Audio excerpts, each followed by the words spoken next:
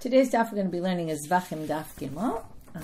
Today's daf, this week's learning is sponsored by Tina Lam in loving memory of her father, Mr. Mike Senders, Alav Shalom, Yitzchak Meir ben Harav Tzvi, Aryeh ve'Esther Bela Anish Shloshim. Reaching the age of 101 was not only a personal milestone for my father, but also a testament to the fullness of his life. He used those years well, building Torah institutions, nurturing family, and living in intimacy with HaKadosh Baruch Hu. Yehi Zichro Baruch.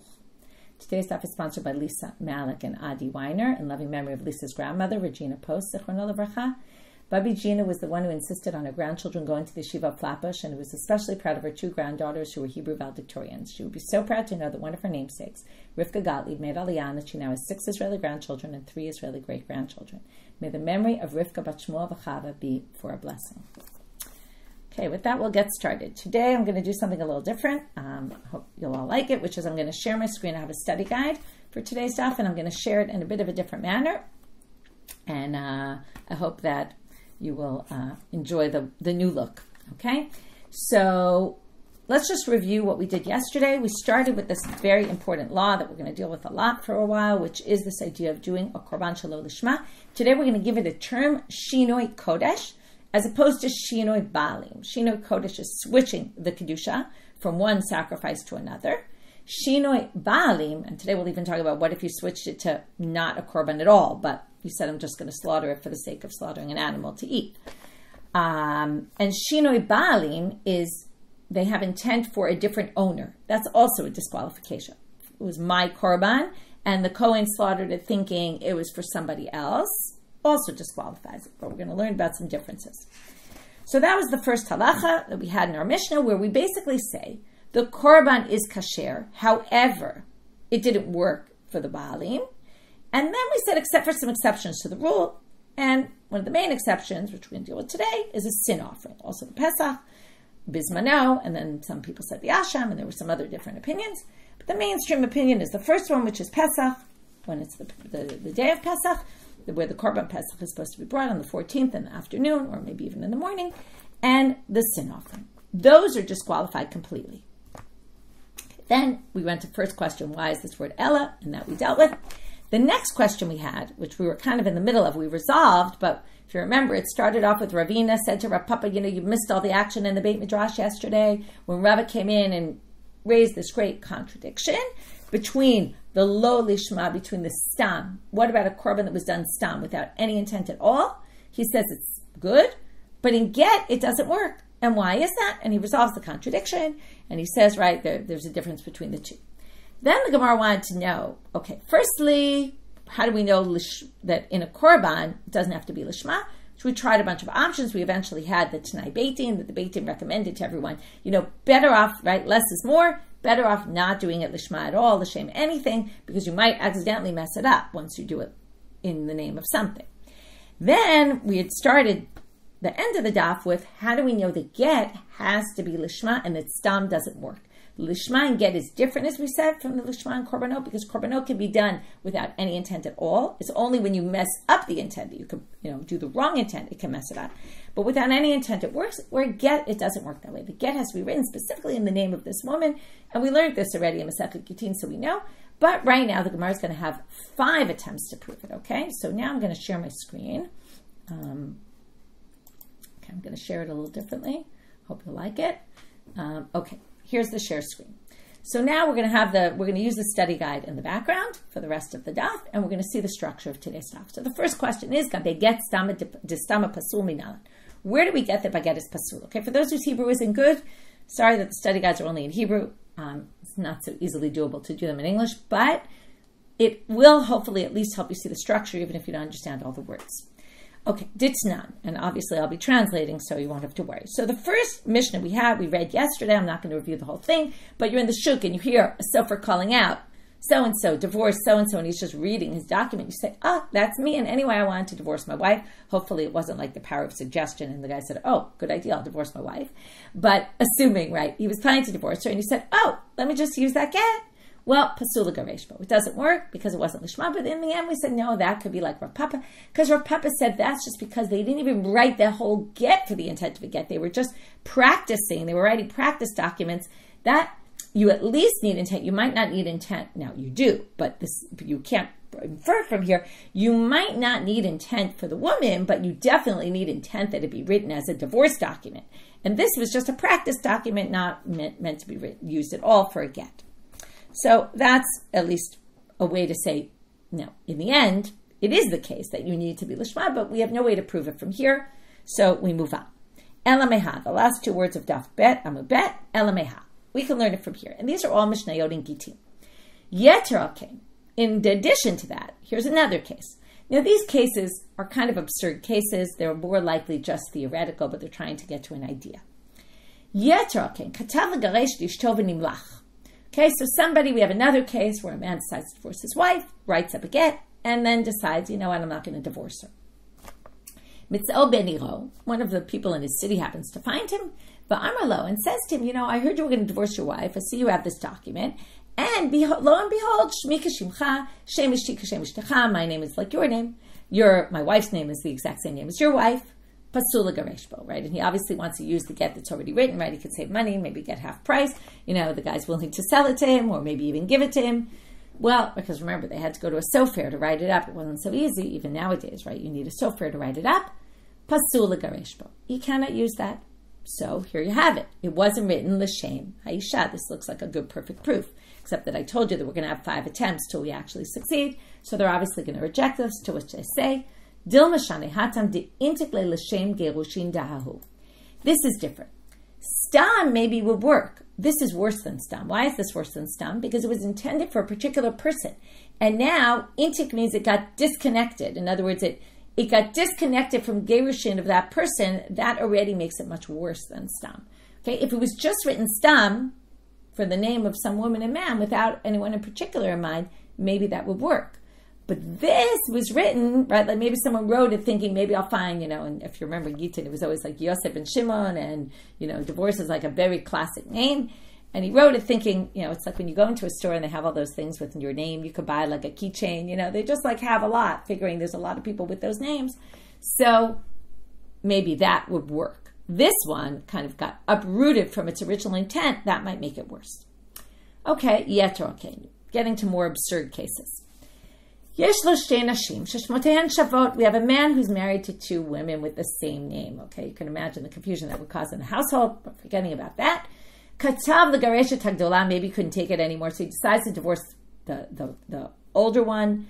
Lo yigaresh bo et haktana. Now, if he decides to divorce the older one and then decides, you know what, I actually want to divorce the other woman. Okay, again, a very hard situation to imagine from a real perspective. But instead of divorcing the older one, he decides to divorce the younger one.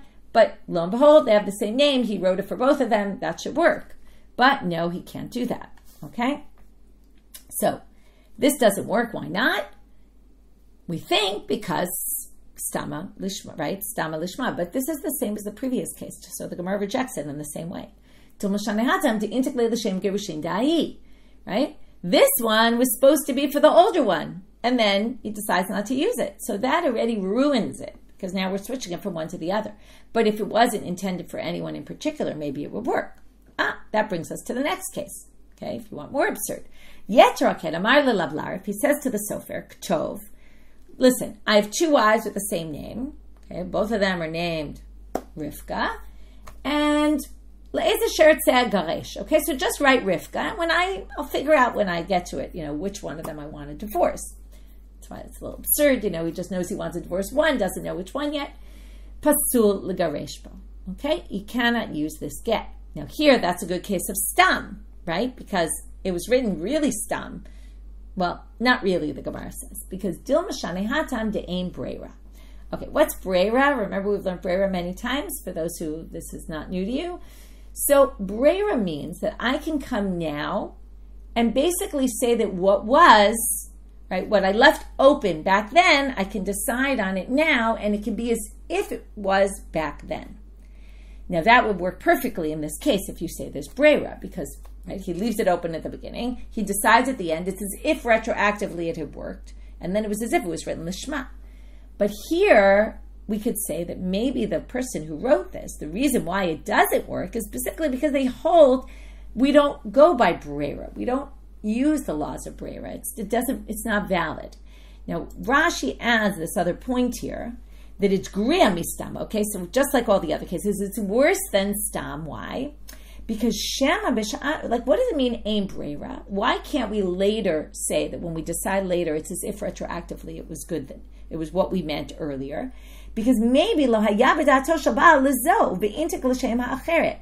Maybe he really did know at the time who he wanted, and maybe it was the other one, and now he decides it's that one. Well, it could be he really meant the other one originally, and he's changing his mind, and then it's just like the previous case. So if we hold ein breira, it's because it's possible he really did already know, and then obviously switch later, and that would be a problem, as in the previous. So that doesn't, and that would make it worse than stam, because it was intended for one and then switches to the other. But now we're finally at our final source before we move on to the next section of today's daf. Elameha, we'll learn it from here. Hakotev tofse Gittin. Here we have someone who writes forms, get forms, okay, like the ktuba we talked about. So according to this, by the way, you could do it, okay? We don't do it, as far as I know. We don't do this kind of thing. But it seems like from the Mishna you could. Hakotev tofse Gittin. If you write a tofes, right, like fill in the blank, like a ktuba that you would find, right? Some people write ktubas from the beginning, but often you just get a form document and you fill in the blanks. So if a sofer wrote tofse Gittin, sarich sheyaniach makom ha'ish, this is really a Mishna for the sofrim. Sarich sheyaniach makom ha'ish, makom ha'isha, makom ha'edim, makom hazman. So you have to leave blank certain things: the name of the man, the name of the woman, the name of the witness, the place where the witnesses are from, and makom ha'edim and makom hazman. Okay, and the makom hazman, I guess it means the makom that it's written, and the makom and the zman. Okay, and the time, the date. Okay, the main part of the get is the words. You are now permitted to everyone, because that's what a get does. It permits the woman to marry anyone. Also, those words have to be written lishmah. So what do you see here? That you can't write a get stam. Now, the tofes part, some of the words you could, but other parts of it, like, for example, the woman's name, which is what we were looking for, and the man's name, you can't write it stam. You can't fill that in without actually having a particular man or woman in mind. So what do you see here? Get distama is pasul. And there it's very clear, because this is someone just writing it for no particular intent of a person, which is what we said about most of the other cases. And therefore this would be our proof. Okay. Next part of today's daf, and I'm going to quickly scroll down the document, and you're going to see on the study guide and see what's here. Oh, I want to mention to anyone looking on the site for the study guide, because we have a new site and it's a little bit different.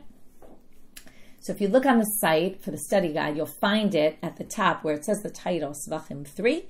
At the top, you can always find, I think I mentioned this yesterday, the introduction to the Masechet. It's going to be found on every daf of the Masechet, and that's true for all now the dapim on our site, at least once from somewhere in the middle of Moed where the introduction started. You can find Ayelet's introductions on the Masechet, and you can find the study guides when there's a study guide. That's where it's going to appear, at the top there. Okay. So now what we're going to do in this part of today's daf is we're going to bring 4 contradictions. So now it all started with the contradiction from yesterday. Okay, here I called it the first contradiction because these 4 contradictions are going to be specifically about something Rav said. Okay, the first 2 are quoting a statement that Rav Yehuda quoted Rav as saying, and one contradicts a Mishna, one contradicts a Braita. The third contradiction is going to be Rav to Rav. Okay, something Rav said about Shinoi Kodesh and something he said about Shinoi Baalim. And the other is going to be Rav to a Braita. Okay, the first 2 are brought by Rava, which really seems like it's a continued discussion of what Ravina said to Rav Papa, that, oh, you missed it when Rav brought these contradictions, and 1 was yesterday and 2 are today. And then we have 2 more contradictions between Rav and a Braita, or Rav and himself. 1 Rav Yosef brings and 1 Rav Chaviva brings. Okay, and we're going to resolve all the contradictions. You can see also from the study guide that the first, the third, and the fourth are pretty easy resolutions. The third one is going to get a little bit complicated, okay? We're going to have a very easy solution, but then we're going to say it only works according to one opinion, and then we're going to have to explain the other opinion. So that's a bit of a preview of what we're going to do now. So here goes. And they all have to do with some sort of disqualification of a korban, but which is going to get to a bigger, broader idea, and then we're going to compare that to, other than one of the cases, to some other halacha completely, and a different area. The first one, get, the second one, impurity, and compare how this principle works in both cases. Tu Rame Milta Achrita. So in addition, he brought up another contradiction. This is Rav. Mi Amar Rav Yehuda, Rav, did Rav Yehuda say in the name of Rav the following statement, meaning, how could he have said it? Because it contradicts a Mishnah. Chatat shechachata l'shem ola psula, shachata l'shem chulin kshera.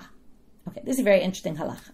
So a chatat that is slaughtered in the name of an ola, that's our Mishnah, classic our Mishnah, psula, we know it's disqualified. Why is it disqualified? That's what we said. A chatat that is done shelo lishmah, meaning it was done for the purposes of an ola, for example, is disqualified. Now, if you slaughter it, though, with the intent that you're just going to eat the animal, right, and it's just chulin, meaning it's not for the purposes of a sacrifice at all, it's actually kshera. It's fine. So a chatat that's slaughtered for the sake of nothing, really, right, for just eating, is actually fine. Why? Well, comes the Gemara, and these words are going to come up a lot, so try to get them clear in your head what they mean. Demina machriva. This is going to be in all four of the contradictions. They're all based on this principle. Demina machriva, delav mina lo machriva. If it's the same type, it ruins it. Machriv, like churban, destruction. If it's the same type, it destroys it. Okay, meaning you have a chatat and an ola, those are similar types. Kodshim, kodshim. If you're keeping it within the same type, but changing it, right, from a chatat to an ola, obviously it's different, you can ruin something. But if it's completely different, lav mina, it's so different that lo machriv ba. You can see the logic here. I mean, it's a little counterintuitive. You would think, oh, well, it's close enough, maybe it works. No, the opposite. If it's close but off, right, similar but a little different, it ruins it. But if it's so completely different, like kodshim, chulin, it actually doesn't ruin it, because it's so far off that it doesn't mess it up. And that's this principle. Now we're going to move to get. And we're going to see that this principle is not the same. Okay? So now they're going to say, Urimini. That contradicts by Gittin. So again, we're doing the comparison to get. Kol get shenichtav shelo l'shem isha pasul. Va'afilu l'shem goya nami pasul. If it's written not for the name of this woman, it's disqualified. And even if you write it in the name of even if it's in the non-Jewish woman, it's also pasul.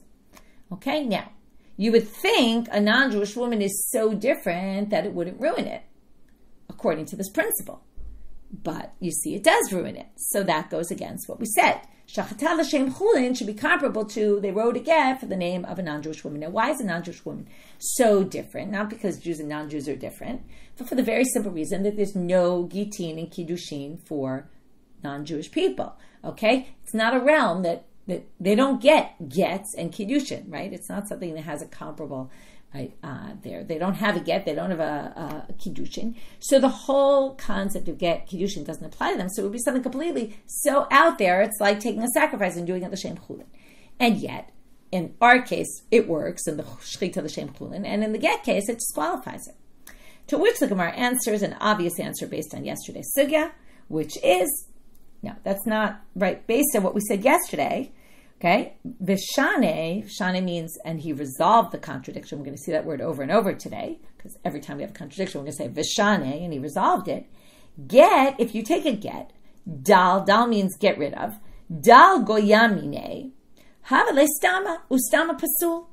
By get, if you get rid of, let's say it wasn't l'shem goya. Let's say it was l'shem nobody, okay, just put a name. Well, that's stama, right? And what do we say about a get as opposed to kodshim? Stam get is disqualified. But kodshim, dal chulin mine, if you didn't have the chulin, you didn't do it l'shem chulin, you just did it for no reason. Havale stama, right? You slaughtered it without any intent in your head. Ustama ksherim, right? We know that stama are ksherim. So what do you see here? The reason why there's a difference in these two cases has nothing to do with, right? You could say, Shachta l'shem chulin is kshera, because lav mina lo machriv ba, right? But by get, it's different, because even if you say lav mina doesn't destroy it, so, okay, where does that put it? It puts it in the realm of stam. It definitely wasn't written for that woman, so it was written for nobody. Well, if it's written for nobody, it's not going to work no matter what. Having nothing to do with our topic, right? Having nothing to do with this comparison, and therefore, it doesn't teach you, it's not a contradiction to this principle of lav mina lo machriv ba. If it's not the same type, it doesn't ruin it. Had nothing to do with it. Okay, Contradiction number 1 resolved. Contradiction number 2. Okay. Virama milta achrite. So we brought a further contradiction. Okay. Here's our second contradiction. It's going to start off the same. Mi amar Rav Yehuda amarav. Didn't Rav Yehuda say in the name of Rav exactly this law we just saw? Chatat shechata l'shem ola psula. Shachata l'shem chulin kshera. Okay, so if it's done l'shem ola, it's disqualified. If it's done for chulin, it's fine. Now, Alma, what do we learn from this? The same thing we learned the first time. Dimina machriv ba. I'm going to repeat again what this means. If it's the same type, it ruins it. In other words, again, it's the same but different, ola instead of chata, that can ruin it. But if it's so completely different, chulin, lav mina, it's not at all similar, lo machriv ba, it doesn't destroy it. Okay, v'hatanya. Now, doesn't it say in a braita? Now, for this we have to go, I'm going to scroll down to the very bottom of the study guide, and I brought the pasuk there. In Vayikra Yud Aleph Lamed Gimel, it talks about impurity of vessels. Now, there's different laws for different types of vessels. So, kli cheres, an earthenware vessel, has a unique halacha that's not true for any other kli. Okay? Kol kli cheres, asher yipol mehem el tocho. If, let's say, a sheretz, a dead, creepy crawler creature, falls into the airspace of the earthenware vessel without touching it. Okay? Most vessels become impure by touching. And let's say it's a metal kli, for example, gabo, like if it touches the outside, then what's inside becomes impure. But a kli cheres, that's not the case. A kli cheres, only if it falls in the airspace of the vessel, and again, this could be like a sheretz hanging in the air, okay, would then make the vessel impure, which actually it doesn't say in the pasuk. But it says asher yipol mehem el tocho, until the inside, into the inside of it. Kol asher b'tocho yitma v'oto tishboru. Okay, so now whatever's in this vessel becomes impure. Meaning, if let's say I have a bowl with food in it, and into the airspace without touching anything, into the airspace of that vessel comes this sheretz, then the food becomes impure. Right? And the vessel becomes impure, right? The vessel is going to become impure. It's going to be a rishon. And then that makes all the food impure, which is a sheni. So everything becomes impure in this vessel. Okay, that's the basics. Now, it says here, okay, we'll go back up, tocho. Okay, so now we're going to bring this braita. Tocho, the inside, what's inside this? Velo toch tocho. What does that mean? Well, let's say inside that earthenware vessel, I have another earthenware vessel, where the top of that earthenware vessel, so I have, let's say, a bowl inside a bowl, okay? That bowl that's inside the other bowl, if the height of it is lower than the other bowl, then everything's impure in that second bowl as well. But if the height of that second bowl is at least the same height as the other vessel, and all the more so if it's taller than the other vessel, like let's say you put a vase inside a bowl, okay? A tall vase is inside the bowl. They're both earthenware. That vessel is what we call a chatzitza. It breaks. So so you have your tall vase inside this wide bowl, and inside the bowl, the airspace of the bowl, not the vase, inside the airspace of the bowl falls this creepy crawler creature, then what's in the vase is protected. Tocho will be, the inside of the vessel will be a problem, but not toch tocho, not a vessel in a vessel. Okay, that's the first basic halacha. Now comes the key line. Va'afilu kli shetef matzil. Now, what's kli shetef? That's a different kind of vessel, not earthenware. It's not just if it's earthenware. What they're saying is, if it's metal, if it's wood, same thing. Matzil means protects it from impurity. Okay, so what's inside that inner vessel, whatever the kli is made out of, is going to be protected. Okay? Now, creates what we call a chatzitza, a barrier. Okay. Now, what does this have to do with our topic? Well, the issue is, now the Gemara doesn't tell you this, so you have to kind of put more things together. The assumption here is that a kli cheretz and a kli shetef are not the same type, okay? Now, what do you see here? They're not the same type because they have completely different laws of impurity, even though they're both vessels. If they're not the same type, then let's go. Lav mina, basically. Now, what does this have to do with destruction? Well, lav mina machrivba. What does it destroy? Now, it's a little tricky to understand this, but because it's actually a good thing. It protects from impurity. But the fact that it creates a barrier means it's destroying, because what's it doing? It's breaking from the other vessel. So two completely different things, this kli shetef and kli cheres, right? the kli shetef blocks the impurity. So it's not the same type, and yet it's machrif. Okay? It destroys, meaning, again, destroy here is translated as it breaks the tumah. Okay, that's kind of destruction. It breaks it. Now, obviously, it's protective. It's good, but it's breaking the tumah. So we have a contradiction. On our side, we said it doesn't destroy anything because it's so completely different. Here, it's so completely different, and yet it does destroy. Okay, it creates this barrier. So the Gemara is going to answer Vishane, but Rava really resolved this contradiction. How so? Okay, now they don't say the main thing, so I'm going to add those words first. Okay, what they're really going to say, and the basis of their answer is kind of missing from the words here, but you'll see in a minute how they do it. A kli shetef and a kli cheres are not so different. In the end, they're both vessels. Okay, that is mina, which means demina machriba, which matches exactly what Rav said. Same type, destroys. Chatat l'shem ola is like kli shetef inside a kli cheres. Because kli, korban, korban, just different type of kli, different type of korban. Okay, that makes sense. So how do they say this? Well, they say, instead compare it to something else. Okay? We'll make a different analogy. Chulin to kachim is not like kli shetef to kli cheres. It's really, right? Ola to chatat is like shetef to cheres. Asil chulin etzel kachim kimachitza etzel tanur. It's more like a barrier inside the kli. If you put up a machitza in the middle of this vessel, okay, you hung some sort of contraption that blocks, right, that breaks this in two. Now a tanur, we don't think of a tanur as this, but their tanurim, their ovens, were earthenware vessels. So what they're saying is a barrier in an earthenware vessel would be more the same as chulin and kachim, because a machitza is not a vessel. A machitza is a barrier. That's not a vessel. A vessel and a vessel, fine, they have different laws, but they're vessels and vessel. But, right, a vase inside a bowl. But a barrier that you stick inside the vessel, that's completely different. Now, let's see the rules about a mechitza. And here's where it's going to get complicated, because we're going to see that a mechitza by a tanur doesn't block, and that's going to prove our point, okay, because it's not the same type and it doesn't destroy, meaning it doesn't create a chatzitza, but that's only according to the rabbis. And then we're going to have to figure out what about the other opinion that disagrees. How are we going to explain it?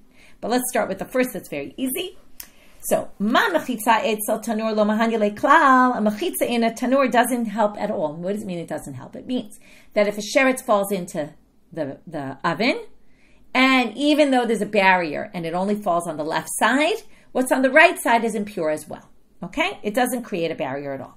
And just like that, av chulin etzel kachim lo mahanya klal, lo mahanya klal. Same thing for chulin with kachim, right? This one doesn't ruin, this one doesn't block. It's all the same because they're not the same types. Okay, very nice. But let's see where we have the source for this. How do we know? Titnan, and that's where we're going to see there's a machloket, and then we're going to go back and say, well, this works very well according to the rabbis. What about Rabbi Eliezer? Tanur shechatzitzo b'nisarim o b'yiriyot. This is exactly what we said. Okay, you have an oven, and you blocked off one half. You split it up by putting a wooden board in or a curtain. V'nimtza sheretz b'makom achad, and there's a sheretz on one side. Hakol tameh, the whole thing is impure. Or likewise, you have something else, which again, it's not going to be a kli. Why? This is a kli called a kaveret. It's not really a kaveret. A kaveret is a beehive. But what they mean is we have a beehive, we have something that's like a beehive. Okay, we have a basket that's like with holes and it's pchuta, it's broken, it has a hole in it. Upkuka b'kash, and you put like a straw to stop the hole. But basically we're going to say, since it has a hole, even right, it's not a kli anymore. Okay, so again, this is like a mechitza because it's not a kli. Umishulshelet laviyar tanur, and it's hanging kind of in the airspace of the tanur. Sheretz b'tochav, there's a sheretz in that vessel, even though it's not really a vessel. Hatanur, or because it's not a vessel, hatanur tameh. Basically, we view this as all one thing because it's not a vessel in a vessel because this isn't a vessel. So if the sheretz is in that kaveret, right, that vessel that looks like a kaveret, right, and is a little bit broken, the whole tanur becomes impure. Sheretz b'tanur, what if there's a sheretz in the tanur? Well, ochlin shebetochat meim, and the reverse. Everything in that kaveret will be impure. And likewise on the other side of the tanur, if there's a mechitza. The Rabbi Eliezer mitahir. Now, Rabbi Eliezer, again, so right now we're not going to focus on Rabbi Eliezer. The point is, already we have our answer. Just like the tanur, the mechitza doesn't block, likewise our case. But why does Rabbi Eliezer mitaher? Amar Rabbi Eliezer, kavachomer. I'll give you a simple kavachomer argument. Im hitzil b'meit hachamor lo tatzil b'kli cheres hakal. He says, okay, now, if you have a house and you have a dead body in the house, everything in the house is impure. Or if you have a tent, everything in the tent is impure. But if you separated that room with a mechitza that goes up to the ceiling, and you have a dead body on one side of the mechitza, it's not going to go to the other side. That's a basic law of Tumat Oel. Okay? So if a mechitza protects in a case of impurity of a dead, which is much more severe because you have to take 7 days to get over that impurity, whereas a sheretz, you go to the mikveh that day and by nighttime you're fine. Lo tatzil b'kli cheres hakal, right? The laws of kli cheres are much more lenient. So wouldn't you think it would work to protect it? So there's a kavachomer where he says, obviously this mechitza is going to block in the sheretz case. Amru lo, they said to him, turning out to Amabet, lo, no, that's not true. We don't believe we don't accept your kavachomer because it doesn't make any sense what you're saying. Because in mitzil bebeit chamor, why does it block in a house? Sheken chaluka b'oalim, because in an oel mechitzas work, right? In a house, you want to split one room into two, you put a wall in the middle and you blocked it, right? Even if it's not a real wall, but it's a temporary wall. That works in houses. But think about earthenware vessels. Do you put mechitzas in earthenware vessels? No. There's no such concept of blocking off a kli cheres with a mechitza. People don't do that. So that's why the mechitza has significance in an oel and tumat mei. It doesn't have it in kli cheres. And that's what they had. They go against this kavachomer. Anyway, that was just this Mishna. So now the Gemara, what they want to do is say, okay, what I kept telling you, which is, we resolve the contradiction between the chatat l'shem ola and the chatat l'shem chulin compared to the kli shetef, kli cheres, where we thought it was the same type. We thought it was different types by saying, oh no, that's the same type, better compared to the mechitza case. When the mechitza case doesn't work and the chulin etzel kodshim doesn't work, meaning it doesn't ruin. Okay, and then we have the same thing. But it does ruin according to Rabbi Eliezer. So how are you going to explain the chulin etzel kodshim when the mechitza etzel tanur actually does block? Okay? So now, hatinach leRabbanan, leRabbi Eliezer ma'ika l'meimer. So how are we going to explain Rabbi Eliezer? So for this, we go to the next chart on the top of the second side of the page. Okay? So now they're going to explain. Rabbi Eliezer, kavachomer kamal. Okay. What this means, again, there's a lot of words missing in this Gemara, like usual. Okay, they expect you to understand everything. Which is, Rabbi Eliezer could say, I agree with Rav. Shachata l'shem chulin kshera. Okay? You slaughter it l'shem chulin, it's fine. Why specifically with the mechitza case is it different? Right? In other words, I agree with this concept. Let's say it even better. I agree that lav mina lo machriv ba. Okay? I think if you take two completely different things, it really doesn't ruin it. What about the mechitza? Well, theoretically, the mechitza is totally, completely different than the kli cheres, and it shouldn't be a chatzitza. But there's a kavachomer. The kavachomer overrides the law. Okay? Right? Remember the kavachomer. If it works in a make case, obviously it's going to work in a kli cheres case. So he says the kavachomer overrides. To which the Gemara says, wait a minute. If the kavachomer can override the law in the case of the kli cheres, then why don't we say the same thing? And now you might have been thinking this when I read it, Rav, in the beginning. If not, think about it now. In the shachata l'shem chulin case, I slaughter this animal, not for the sake of a korban. I slaughter it for the sake of nothing, right? Like I want to eat the meat. It's good. Wouldn't a kavachomer say the opposite? Kodshim b'chalalim kodshim chulin lo koshaken. Right? If I do this for an ola, it's going to destroy the korban completely. But if I do it for a chulin, right? Wouldn't you say kodshim is better, right, than doing it for a non-sacred purpose at all? So if you think a kavachomer could override this principle of lav mina lo machriba, if you do something completely different, it doesn't ruin it. But not if you have a kavachomer, so let's make a kavachomer here. And then we should say that actually the chulin should destroy it completely. You're in the temple, you're slaughtering an animal for the sake of a regular korban, it's not going to, for just eating it, for chol, that's not going to destroy it, right? All the more so it should be destroyed. So that kind of ruins our idea that the kavachomer overrode the law, because the kavachomer should override the law here as well. So they say, no, we're going to explain it like this. Elatama de Rav. Let's explain the reason for Rav. Again, according to using Rabbi Eliezer glasses, according to the way he reads the sugya. Ki Rabbi Elazar. Don't confuse Rabbi Elazar and Rabbi Eliezer. Rabbi Eliezer is a Tana, right? Rabbi Elazar is an Amora, student of Rabbi Yochanan. As Rabbi Elazar said, Da'amar Rabbi Elazar. My time of Rav. What's the reason for Rav? It's not because Lav Mina Lo Machriba, because that really could be overridden by a Kavachomer. But the Kavachomer is overridden by a Pasuk. Okay, so we have override, right? We start with a law, two override. We start with a law, we override it with a Kavachomer, but then we override the Kavachomer with a Pasuk. What's the Pasuk? V'lo yechalelu kodshei b'nei Yisrael et asher yarimu laHashem. You shouldn't ruin the kodshim of b'nei Yisrael that they raise up to God. Now there's two mentions really of kodshim. There's kodshei b'nei Yisrael and there's asher yarimu. So what did they learn from this? How do you desecrate a sacrifice? Kodshim mechalalim kodshim ve'en chulim mechalalim kodshim. Okay, it's basically a drasha from a pasuk, this law of Rav. And then it's not because Lav Mina Lo Machriba, because that really could be overridden by a Chavachomer. Now, it's true that Lav Mina Lo Machriba, two of a different type don't destroy each other, but not here. Here, it's overridden by a Kavachomer, because of Kodshim, Mechalim Kodshim, all the more so Chulin should. But there's a pasuk that overrides the Kavachomer, and then we're good. But what do they say? Wait a minute. According to this, Alma Atakraf came in Kavachomer. What you just proved is a pasuk can override a Kavachomer, right? Well, Hachanami Leite Tocho Lav came in Kavachomer.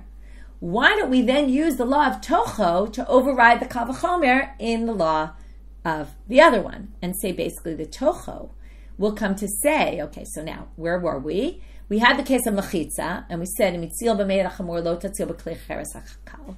But then we can say Tocho and not Tocho, and maybe Tocho is only for Kli Cheres or Kli Shetef also, but not for Mechitza. And then we could say that pasuk overrides the Kal V'chomer, and then we would say that the Mechitza doesn't, and that goes against Rabbi Eliezer, because he said the Mechitza does work to block it. So if we're going to have, again, this is all Kal V'chomer override Lav Mina Lo Machriba, but then a pasuk can override that, but it doesn't. So if you're holding pasuk on this side works to override the Kal V'chomer, to override the law, it should work on the other side as well. To which they have a very simple answer. Hi Tocho mebayele for something else. He doesn't darshan the Tocho here because the Tocho pasuk he uses for a different drasha. And then we'll say the rabbis say, oh, this halacha we're going to explain doesn't even need a pasuk. That's what we're going to end this section. So what is it needed for? And this is like the classic. What if we talk about, let's say my hand touches something and that could make it impure. What if I have a glove on my hand? Right? What happens? So that's this is like a glove. I want you to imagine it like that. This word tocho is used for the following drasha. If I have food that I put around it, teat, like clay or something like that, it's surrounded by something else. So it's like a glove on the food, okay? And the food goes into ichnisan la'avir tanur. It goes into the airspace of the tanur. Now what does it say in the pasuk? Tocho is going to be a problem, right? Food that's inside. So Tocho is coming to include this kind of food as well. Because you might have thought, if I touch that food, it wouldn't be impure because I'm not actually touching the food. I'm touching the glove that's on the food or the clay that's surrounding the food. But avironami lo mitamu. Maybe if it goes into the airspace of the clay, it won't be impure either because it's got some protection over it. Kamash malan Tocho is coming to teach you it's still forbidden. It's still impure. And then Tocho is used for that and not to override the Kal V'chomer. And that's why in the end he's left with the Kal V'chomer, even though you could have a Kal V'chomer on the other side as well, but the pasuk overrides the Kal V'chomer on the other side. It just doesn't override it here. And what about the rabbis? Why don't they use Tocho for this drasha? Hanach lo tzrichei kra. Okay, you don't need a pasuk for that. Okay, we end that sugya. That was all the second contradiction, which was very easily resolved according to the rabbis, but was not right by saying chulin to kodshim is like mechitza to tanur and not kli shetef to kli cheres, because kli shetef and kli cheres are actually still the same type, even though they're different. They're close enough to be the same type, more like ola and chatat. But chulin to kodshim is like mechitza etzel tanur, which doesn't create a chatzitza, and then it works perfectly. But according to Rabbi Eliezer, according to Rabbi Eliezer, it does create a chatzitza. So, how do we resolve that? He has a Kal V'chomer that overrides it, but he really does agree in principle with the law. Okay. Third contradiction. Rabbi Yosef Bar Ami Rami. He brings a contradiction from something else. Now here we're going to quote it different. Until now we had two statements. It was the same statement that Rav Yehuda said in Rav. The name of Rav, two different contradictions for that statement. Now we get to a different statement, and we're going to What he did was he took a contradiction from Shinoi Kodesh to Shinoi Baalim, which are both ways that you can mess something up with intent, as I mentioned earlier today, either switching the korban or switching the person who it's supposed to be for. Mishan umashani, and he resolves it. So here goes what he says. Mi amar Rav, now didn't Rav say, chatat sheshachta l'shem chatat kshira. If I'm supposed to bring a chatat because I ate chelev, and when the Kohen or whoever slaughtered it, had in mind that they were slaughtering it because I ate blood. So it's for the same korban, but a different reason for bringing the chatat. It's kshera. Okay, this, by the way, is the opposite of what we said before. Demina lo machriv ba. I told you really have to understand this concept to understand today's daf. Similar types doesn't ruin it. Right before we said similar types actually ruin it. And that's what we're going to see in the contradiction. L'shem ola psula. But if someone does it l'shem ola, that's the same law we saw before, right? If you do it l'shem ola, it's psula. But in this case, ola is actually lav mina, because comparatively, before ola was better than chulin, because chulin was the lav mina and the ola was the mina. In this case, ola is not the mean because it's compared to the chatat. Chatat is the same type, chatat to chatat. Chatat to ola is a different type. So what do you see? Your different type actually ruins it. It's psula. So alma de lav mina machriba de mina lo machriba. Okay, that's what I explained. V'ha'amar Rav, but doesn't Rav say about shinoi baalim, chatat sheshachta al misha mechuyav chatat is psula. So if you're bringing my korban chatat and you slaughter it with the intent that it's for someone else who owes a chatat, it's disqualified. Okay, that's bar mina, it's the same type, ruins it. So that's the opposite of what we just said. And chatat sheshachta al misha mechuyav ola kshera. But if you do shinoi baalim, you switch it completely, right? You switch it also who it's for and also which korban it's for. It's actually kshera. And what do you see there? Lav mina, it's so completely different that it doesn't ruin it, right? So this theory on the second one goes with what we saw earlier. The one on the first doesn't go with what we saw earlier at all. It completely contradicts. But we don't care about what we saw earlier. The point is these two statements of Rav contradict each other. So again, Alma, from the second case, you see bar mina machriba, la bar mina lo machriba. Umeshane. But how's he going to answer this? Each of these laws is going to be derived from a pasuk, not from this principle of mina machriv or lo machriv. Okay? They're all derived from psukim, each one. And that's how we're going to resolve it. Hatam. Vishachat otal lechatat amar Rachmana. The pasuk says, you slaughter it for a chatat. What do you learn from this? It doesn't matter what chatat. Okay? It doesn't matter if it's for the wrong korban. And in the end, it was slaughtered as a chatat. So it's good. Okay? So you messed up on which chatat we were bringing it for, but it doesn't matter. And hacha, when we say about shinoi baalim, the whole shinoi baalim is learned from the following pasuk, v'chiper alav. And it atones for him. Him and not someone else. So what does that mean? Chiper alav k'tiv, what's the drasha? Alav v'lo chavero, right, on him and not on his friend. But it has to be, in order for this disqualification to kick in, that's not going to work, shinoi baalim, chavero dumi adidei. The friend has to be like him, meaning, shemuchuyav kapara k'moto. Has to be for someone, and if I was supposed to bring a chatat, and you were supposed to bring an olah, when the person who slaughters it intending to be for you and your olah, that's so completely different, right? It doesn't fit under kippur alav. It has to be someone, if you did it for someone else who's obligated the same korban, you did it for someone who's chayav a chatat, then it would disqualify it. Shinoi baalim. But shinoi baalim is not, and that's all I'll learn from this word alav. Alav has to be like him, but different. Okay? And that's when it would ruin it. Okay, last contradiction for today. Rav Chaviva Rami. Rav Chaviva now brings the contradiction. Again, Rav against a Braita. And here we're going to go back to a Braita we saw earlier. Number 2. Okay, the contradiction number 2. So he was Rami Shinoi Baalim Atoch Tocho. Okay, he contradicted what Rav said about Shinoi Baalim, which was the second one in Rav's statement in the previous, to Tocho. Okay, let's see. So how so? It's going to be very simple. Chatat sheshachta al misha mechuyav chatat psula, because bar mina machriba, right? If it's the same person, it's a different person, same korban, that's the same type, ruins it. Someone who's completely different, the ola is kshera. So this is exactly like the second contradiction, because it's the same conclusion as in the second contradiction. When we talk about the chatat l'shem ola, chatat l'shem chulin, right? La bar mina was lo machriba, and that contradicted tocho, which again, we're going by the original, which is what we thought at the first point, which is if you look at the Braita of tocho, lo toch tocho, if you look plishetef matzil, Originally, what did we say? Kli shetev is completely different than a kli cheres. They have completely different laws. So what do you see? Lav mina, they're not the same type, and it's machriv ba. To which we answer, right? So again, let's just read it inside. Did Rav really say, alma demina machriv ba, the same type ruins it. Lav mina lo machriv ba, different type doesn't destroy anything. Which again means no, not the same type at all, and yet it destroys it. So, Mishna, they say the following. Arba tocho k'tive. There's 4 times it says tocho in the pasuk, which is not true. It says tocho twice, but each tocho, Gemara says toch, tocho, toch, tocho, because it says tocho and not just toch. So it goes tocho, we view that as a combination of 2 words, toch and tocho.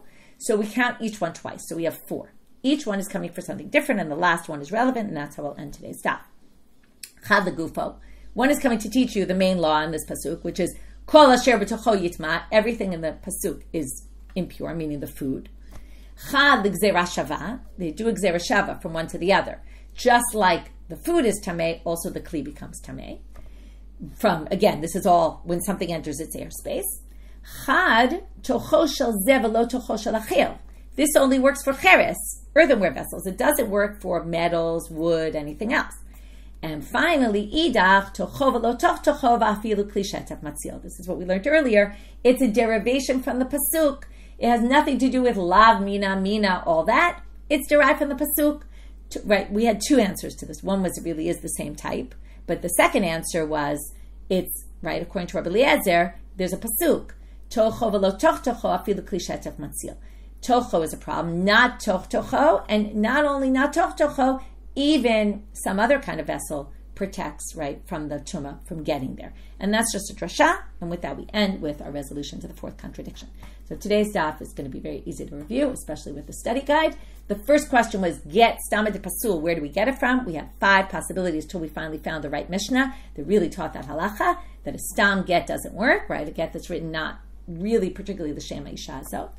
Then we brought 4 contradictions, all related to statements of either Rav Yehuda in the name of Rav or Rav directly, talking about something that relates to korbanot, that relates to similar type and different types, and either says it actually, the more similar it is, the more just right, the more it could ruin it, the more different it is. It's not going to ruin it, or one of them we actually brought the complete opposite, okay, and how it contradicts either a Mishna, a Braita, or Rav's statement himself. And each time we resolved the contradiction. The one that was a little more complicated was the one that had to be resolved according to 2 different opinions, both according to the rabbis and according to Rabbi Eliezer. And with that, we finish for today. Wishing everyone a good day, and we should hear B'sorot Tovot B'karov.